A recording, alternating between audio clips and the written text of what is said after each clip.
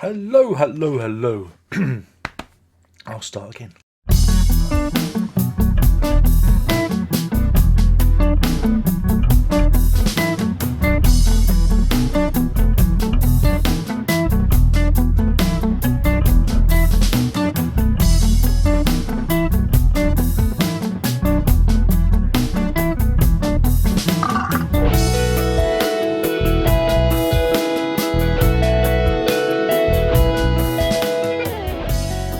Hello, hello, hello, and welcome to episode 315 of Prog Review. And today, if you haven't managed to read the title or the description, I'll be talking about Arena and their debut songs from the Lion's Cage. I had to have a look there. Arena. There's some history with this one. This one's an interesting one. Yes, because it was formed by Mick Pointy Pointer. Who he? Well, come on, if you don't know who Mick Pointy Pointer is, you obviously you shouldn't be watching these videos. Well, he was the original tub thumper with that there neo prog stalwarts Marillion.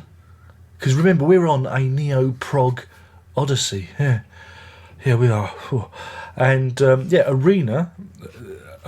Supposedly part of that, though this was released in 1995. They're kind of latter day. Again, this is part of that nouveau prog that I was talking about in the last video. Yeah, nouveau prog. I wouldn't class this as neo prog. No, because that's the 80s.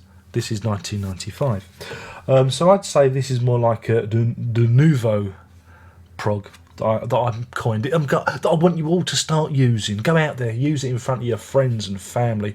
Probably end up getting committed, you know. I digress. Mick Pointy Pointer. He got kind of ousted from Marillion because a certain Scottish singer didn't think much of his drum chops, and so he was sent packing. I think it's more of a political thing, you know what these things are like, in bands, musical differences. Yeah. It's very, very, very usually nothing to do with music, is it? Really, usually people just don't like each other. This came a good few years after he was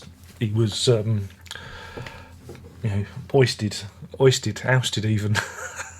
From Marillion.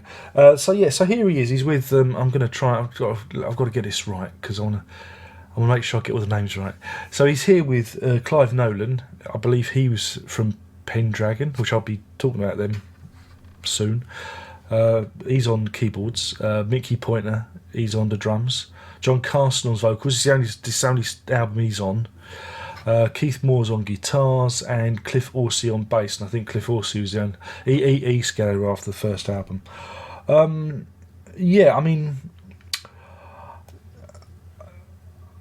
thought I was going to dislike this one. I thought I was going to dislike it a lot, but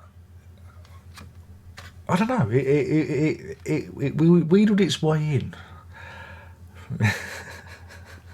It kind of got under my skin a bit because, I kind of see poor old Pointy Pointer as a bit of one of Prog's underdogs.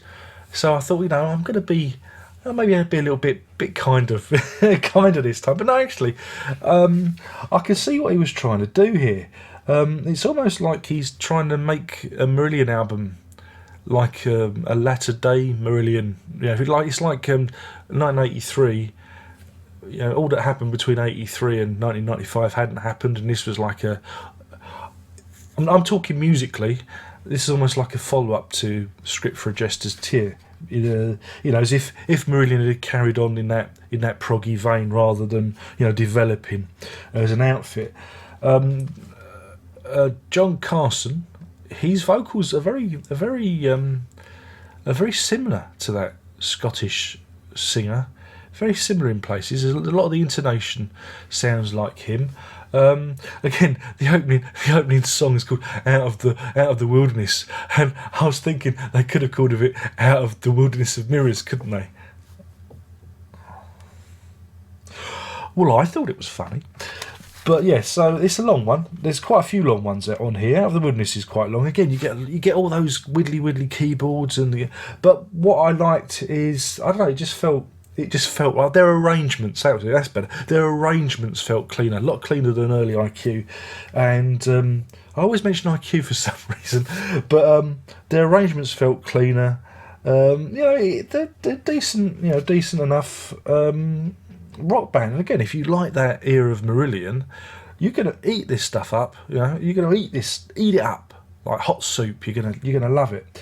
But what I also liked is they mixed up a bit. In between the songs, there was a suite of tracks called Crying for Help. There's 3 of them that are instrumental. The first one's like a nice guitar instrumental, which I like that kind of stuff. And then there's kind of, as it goes on, the more and more instrumentation is added until number 4. There's actually a vocal. Didn't think much of that one. Thought it was a bit weak, because I kind of enjoyed what was going before. I thought it was interesting, but it breaks up the album. You get Valley of the Kings. That was a bit. I thought it was a big bombastic one. Jericho is a kind of it's almost a ballad.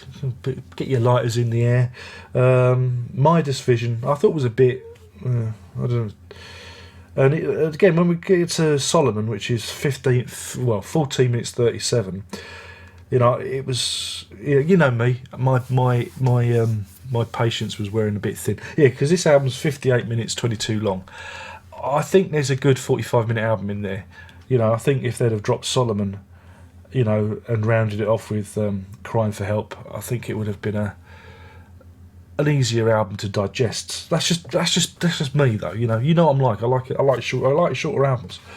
But yeah, I mean, this isn't anything revolutionary. This is one of those records where they are kind of revisiting the past. It's a very nostalgic album.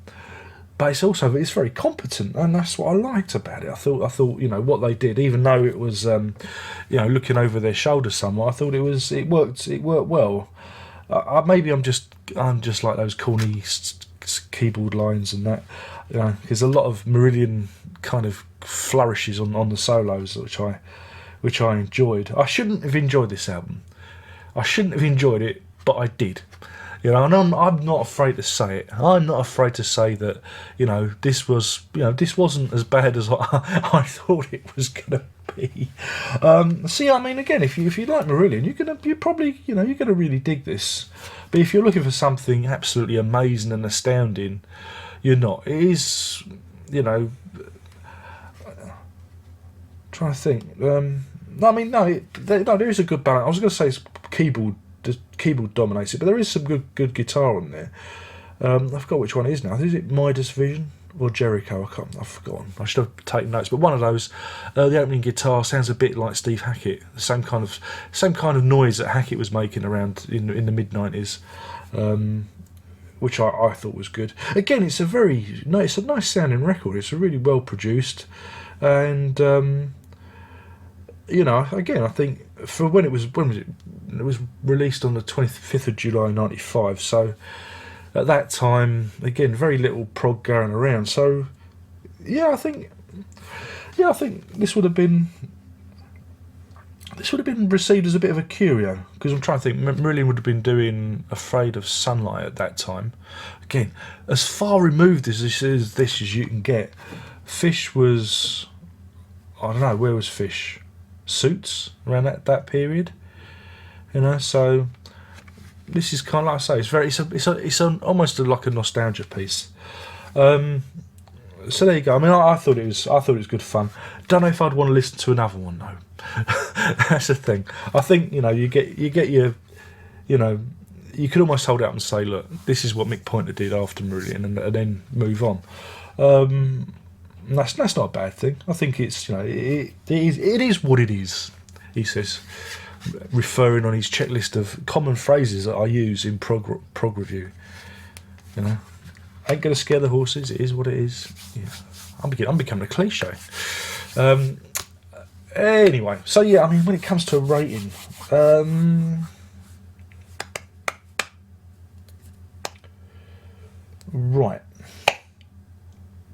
I'm going to give this a solid 3 Valley of the Kings out of 5. That's 3 Valley of the Kings out of 5. It would have scored higher if it wasn't so bleeding long.